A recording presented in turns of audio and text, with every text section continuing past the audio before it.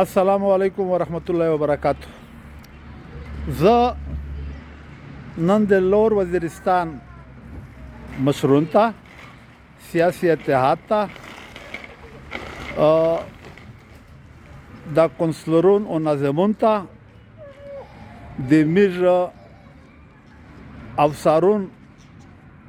او د ځوانون ته یو پیغام ورکول غواړو چې میر همیشه چې کله څه تاریخي څه احتجاج کی د میر نه په میانځ کې آس پوتې شي. اکثر زه وینم په دا سوشل میډیا باندې چې درنادو د 3G 4G د پورا کله د بل ایشو د پورا خو نن پورا میر څه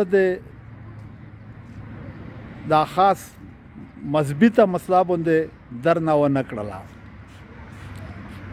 زه یو شای تاسو ته پوینټ آوټ کوم چې درې کاله مخکې نصیر الله د پروینشل ګورنمنټ نه یو ویمن اینڈ چلډرن هسپتال د ونه د پورا منظور کا چې دا واحد هسپتال و په دا ټوله فاټا کې.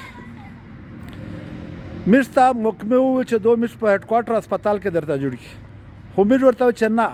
د زنانه او د جوړ کې هغه دی په دا کې زنانه ډاکټرې وي میر د امن په ځای کې جوړاوي نو دغه د پوره میر ورته وویل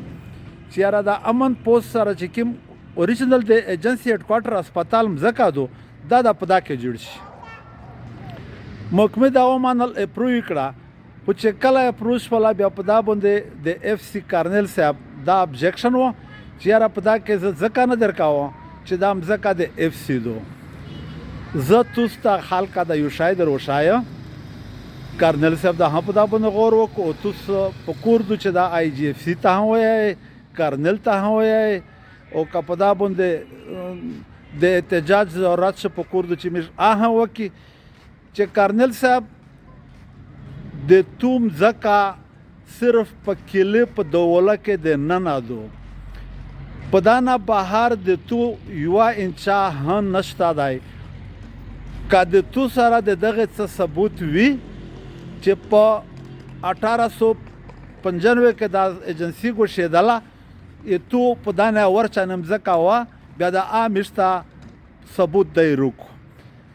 بنیادي خبره دا وه چې دا کیله چې کله جوړېدله بیا د دغه د پوره د بهر چې کومې برځۍ ولګېدلې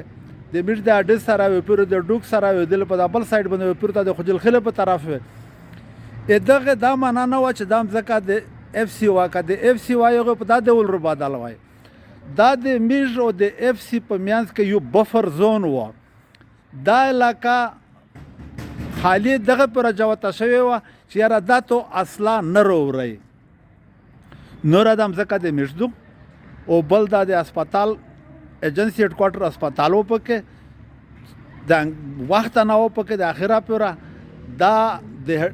هیلث ډپارټمنټ ته بیا دا ورکړی شوی وه دغه سره د اف سی هېڅ کور نشته په کور دو چې د کارنل صاحب آی جی اف سی صاحب په دغه شي باندې سوچ وکړو مشته دا ځکه پرېږدي چې دا که هسپتال جوړ کړي ځکه چې پوره منځوي دی میر غواړي چې د میر د ویړ کې د جنکۍ هسپتال په داسې ځای کې جوړ شي چې چېرته امن وي او د عزت ولزوی وي. نو زه دا کوم ته داسې ولیکم چې هره خبره وي په کور دو چې میر دا خبره باندې سټینډ واخلي او حکومت ته وایي چې د هسپتال خامخا په دغه ځای جوړېږي. دغه نه علاوه مهرباني وکړئ دا د سپین تنهایي روډ دی دا د سیر پل دی دا پټ پل دا باره د دانیل ګاټ پل دی یا دا پورې د غویه خو پرش پل دی